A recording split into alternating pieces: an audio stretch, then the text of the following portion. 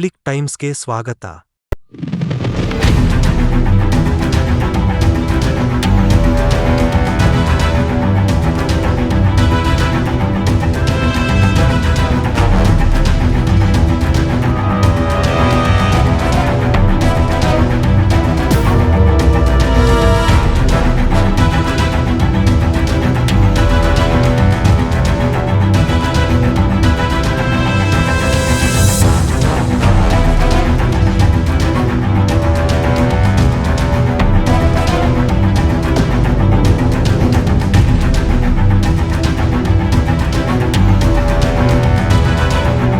ಇಲಕಲ್ಲದ ಆಂಜನೇಯ ದೇವಸ್ಥಾನದ ಉಂಡಿಯನ್ನು ಒಡೆದ ಕಳ್ಳರು.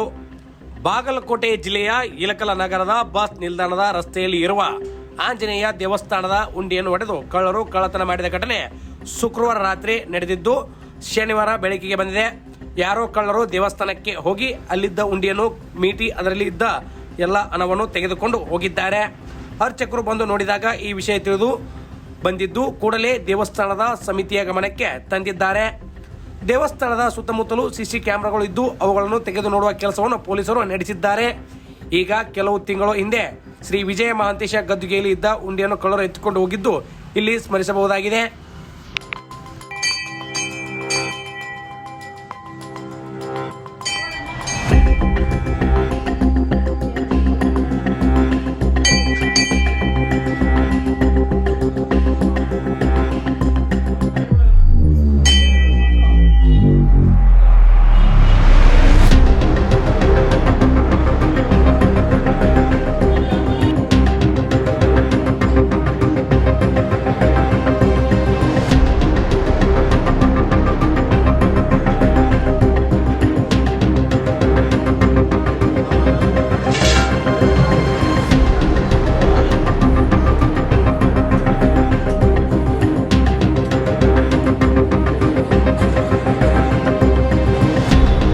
ಇನ್ನಷ್ಟು ಸುದ್ದಿಗಳನ್ನು ನೋಡಲು ಪಬ್ಲಿಕ್ ಟೈಮ್ಸ್ ಸಬ್ಸ್ಕ್ರೈಬ್ ಮಾಡಿ ಬೆಲ್ ಬಟನ್ ಒತ್ತಿ.